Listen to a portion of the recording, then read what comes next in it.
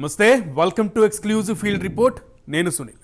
ఈరోజు రాష్ట్రంలో జరిగినటువంటి రెండు తెలుగు రాష్ట్రాల్లో జరిగినటువంటి ముఖ్యమైన విషయాలను ఈరోజు మీకు తెలియజేసే ప్రయత్నం చేస్తాము. విశ్లేషంగా కూలంకషంగా తెలియజేసే ప్రయత్నం చేస్తాను. పిన్నెల్లి రామకృష్ణారెడ్డి కోసం ఒకవైపు పోలీసులు వెతుకుతుండగా ఆయన హైకోర్టులో ముందస్తు బెయిల్ పిటిషన్ వేశారు. సో దాని గురించి ఈరోజు చర్చిద్దాం. ఇక నరసరావుపేట కోర్టులో ఆయన లొంగిపోతారనే ప్రచారం కూడా జరుగుతున్నటువంటి పరిస్థితి ఉంది. ఇంకా ఇలాంటి విషయాలను ఈరోజు చర్చిద్దాం. మనతోపాటు రిపోర్టర్స్ అందరూ కూడా రెడీగా ఉన్నారు.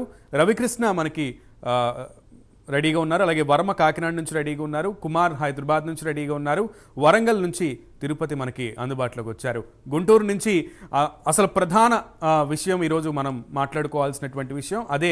2 రోజుల నుంచి కూడా మిస్సింగ్ కేసుగా ఉన్నటువంటి పిన్నెల్లి రామకృష్ణ సర్చింగ్ విషయాన్ని మనం ఈరోజు మాట్లాడుకోవాల్సినటువంటి విషయం. సో దేని గురించి మనం చర్చిద్దాం. రవికృష్ణ మనకి క్లియర్గా డీటెయిల్స్ అందిస్తారు. పిన్నెల్లి రామకృష్ణారెడ్డి కోసం ఒకవైపు పోలీసులు వెతుకుతుండగా ఆయన హైకోర్టులో ముందస్తు బెయిల్ పిటిషన్ వేశారు. మరోవైపు నరసరావుపేట కోర్టులో ఆయన లొంగిపోతారనే ప్రచారం కూడా జరుగుతోంది. దీంతో పోలీసులు అలర్ట్ అయ్యారు. దీనిపై గుంటూరు ప్రతినిధి రవికృష్ణ ఎక్స్క్లూజివ్ గ్రౌండ్ రిపోర్ట్ అందిస్తారు మనకి లైవ్ ద్వారా. Ravikrishna, over to you.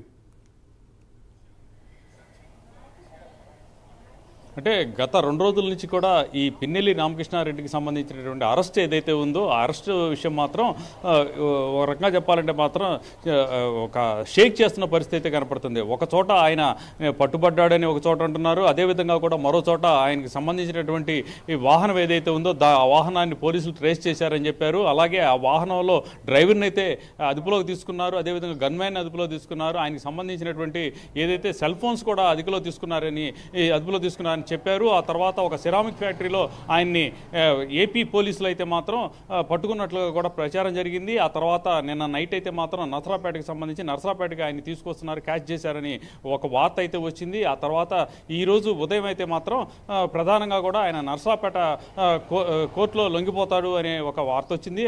అంతకుముందు ఇక్కడ ఆయన ఏదైతే చెన్నై ఉందో చెన్నైలో ఉన్నారు, చెన్నైలో ఆయన్ని క్యాచ్ చేసేందుకు పోలీసు బృందాలు వెళ్ళే 2 బృందాలు వెళ్ళినట్టుగా కూడా ఎప్పటికప్పుడు ఇటువంటి వార్తలు అయితే సర్క్యులేట్ అవుతున్న పరిస్థితి కనపడుతుంది. ప్రజెంట్ కనుక సిచ్యువేషన్ కనుక చూసుకున్నట్టయితే నరసరావుపేటకు సంబంధించి నరసరావుపేట కోర్టులో ఆయన లొంగిపోతాడు అనేటువంటి వార్త మాత్రం చాలా ఫోకస్ అయినటువంటి పరిస్థితి. ఆ నేపథ్యంలోనే ప్రధానంగా కూడా అక్కడికి పోలీసులు కూడా పెద్ద ఎత్తున కూడా అక్కడ చేరుకోవడం జరిగింది. ఆయన లొంగిపోతాడు అనేటువంటిది మాత్రం అందరూ 99% నమ్మినటువంటి పరిస్థితి. అదేవిధంగా కూడా ఆయన లొంగిపోయే లోపే అంటే కోర్టులోకి వెళ్ళి నరసరావుపేట కోర్టులోకి వెళ్ళి న్యాయమూర్తి ముందు లొంగిపోయే ముందే ఆయన క్యాచ్ చేయాలని చెప్పి ఒక పక్కన పోలీసులు అయితే మాత్రం అక్కడ పోలీసు బలగాలను అయితే మోహరింపు చేసిన పరిస్థితి అయితే కనపడింది. ఈ నేపథ్యంలోనే ఉన్నట్టుండిగా కూడా ఆయన ఇక్కడ హైకోర్టులో ముందస్తు బెయిల్ కోసం పిటిషన్ వేశాడు అనేటువంటి వార్త కూడా వచ్చింది. ప్రజెంట్ అయితే మాత్రం దానికి సంబంధించి ముందస్తు బెయిల్కి సంబంధించిన పిటిషన్ విచారణ హైకోర్టులో జరిగేటువంటి పరిస్థితి అయితే ఉన్నట్లుగా కూడా తెలుస్తుంది. ఈ విచారణ కొనసాగించిన తర్వాత హైకోర్టు ఏ నిర్ణయం తీసుకుంటుంది అనే దాని మీద మాత్రం కొంత ఉత్కంఠత అనేది నెలకొందని చెప్పుకోవచ్చు. ప్రధానంగా కూడా ఈ కేసుకు సంబంధించి ఏదైతే పాల్వాయి గేటు దగ్గర ఈవీఎంలు 202 బూత్లో ఈవీఎంలు పగలగొట్టేటువంటి దృశ్యాలు మాత్రం అవి అక్కడ ఫుటేజ్ ద్వారా లభించినటువంటి పరిస్థితి అయితే ఉంది. దీని ద్వారా ఏంటంటే ఇక తిరుగులేనటువంటి సాక్ష్యం లభించినట్లుగా కూడా ఉంది. ప్రధానంగా ఈ ఏదైతే కేంద్ర ఎన్నికల సంఘం ఏదైతే ఉందో కేంద్ర ఎన్నికల సంఘం మాత్రం ఈ జరిగినటువంటి ఇన్సిడెంట్ మీద మాత్రం పూర్తి స్థాయిలో కూడా చాలా సీరియస్ అయినటువంటి పరిస్థితి. ఆయన్ని పట్టుకోవాలి అని చెప్పి ఇక్కడ ఉన్నటువంటి సిఈసికి ఆదేశాలు కూడా జారీ చేసినటువంటి పరిస్థితి. అదేవిధంగా కూడా డీజీపీకి కూడా అతని మీద కేసు నమోదు చేసి ఆ తర్వాత ఆయన్ని అరెస్ట్ చేయాలని తెలియజేశారు. పాల్వాయిలో జరిగినటువంటి ఈవీఎం ధ్వంసం ఏదైతే ఉందో ఆ ధ్వంసానికి సంబంధించి ఆ ధ్వంసం చేసినటువంటి వ్యక్తులకి సంబంధించి గుర్తు తెలియని వ్యక్తులు అని దాంట్లో అయితే చెప్పడం జరిగింది. రవికృష్ణ, అయితే ఒక విషయం ఏంటంటే ఆ పోలింగ్ బూత్ నెంబర్ ఏదైతే ఉందో 202 ఆ 202 పోలింగ్ బూత్ కి సంబంధించి వెబ్ కాస్టింగ్ జరిగిందా?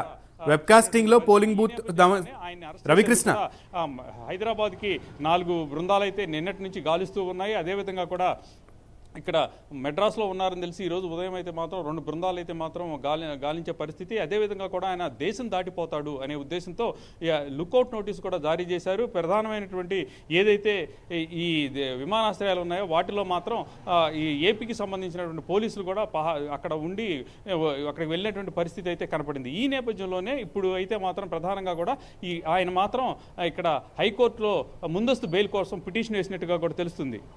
రవికృష్ణ, అయితే ప్రధాన ప్రధానంగా 202 పాల్వాయి గేట్ వద్ద దానికి సంబంధించి పాల్వాయి గేట్ 202 పోలింగ్ బూత్లో వెబ్ కాస్టింగ్ జరిగింది. వెబ్ కాస్టింగ్ ద్వారా ఆ విషయం బయటకు వచ్చిందా? ఎందుకంటే ప్రిసైడింగ్ ఆఫీసర్ మీద చర్యలు తీసుకున్నారు, అసిస్టెంట్ ప్రిసైడింగ్ ఆఫీసర్ మీద చర్యలు తీసుకుంది సిఇఓ ముఖేష్ కుమార్ మీనా. ప్రధానంగా చెప్పారు ఈ విషయాన్ని హైడ్ చేసినందుకు, చెప్పకుండా ఉన్నందుకు వాళ్ళ మీద చర్యలు తీసుకున్నామంటూ అన్నారు.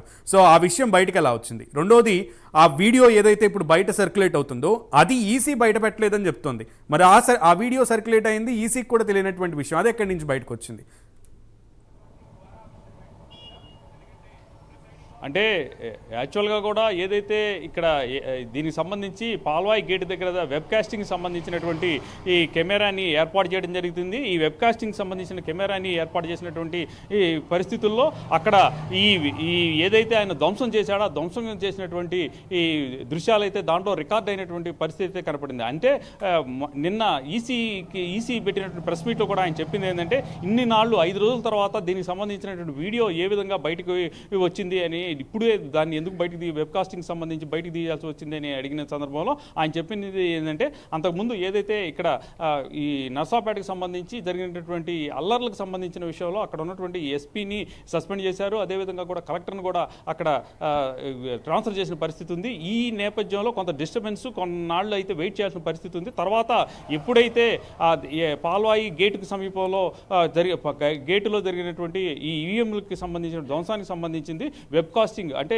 ఈసీ ద్వారా వెబ్ కాస్టింగ్ కెమెరా ద్వారా సేకరించడం జరిగింది. దీనికి సంబంధించి పోలీసులు సేకరిస్తారు. పోలీసులు సేకరించిన తర్వాత విచారణ కోసం వాళ్ళు దాన్ని తీసుకొని వెళ్తారు. తీసుకువెళ్ళినటువంటి నేపథ్యంలో ఏదైనా పోలీసుల ద్వారా మాత్రమే విచారణ కోసం దానికి సంబంధించి ఎవిడెన్స్గా స్వీకరించినటువంటి సందర్భంలో దాన్ని బయటికి వచ్చినటువంటి పరిస్థితి అయితే ఉండొచ్చు అని చెప్పి ఆయన మెయిన్ అయితే తెలియజేశారు. ప్రధానంగా కూడా దీనికి సంబంధించి ఇప్పుడు ఏదైతే ఈ వీడియో ఏదైతే ఉందో వీడియోను మాత్రం తాము విడుదల చేయలేదు, దీని మీద ఇప్పుడు కూడా ఎంక్వైరీ చేశామని చెప్తున్నారు. అదేవిధంగా కూడా పాల్వాయి గేట్లో ఆ రోజు ఉన్నటువంటి ఎవరైతే ఎలక్షన్స్కి సంబంధించినటువంటి సిబ్బంది ఉన్నారో వాళ్ళందరినీ కూడా సస్పెండ్ చేయడం జరిగింది. ఆ సస్పెండ్ చేయడం అనేది ఏంటంటే అక్కడ ఉన్నటువంటి వ్యక్తిని గుర్తించలేదు అని కాదు, అక్కడ ఎమ్మెల్యే వచ్చినప్పుడు ప్రధానంగా ఎమ్మెల్యే పిన్నెల్లి రామకృష్ణారెడ్డి అక్కడికి రావడం జరిగింది. పిన్నెల్లి రామకృష్ణారెడ్డి వచ్చి అక్కడ నుంచి ఆ ఈవీఎంలో ఉన్నటువంటి బాక్స్ దగ్గరికి వెళుతున్నటువంటి సందర్భంలో వీళ్ళందరూ కూడా ఒక లేచి ఆయనకి అభివాదం చేసినట్లుగా కూడా లేచినటువంటి సందర్భంలో దాన్ని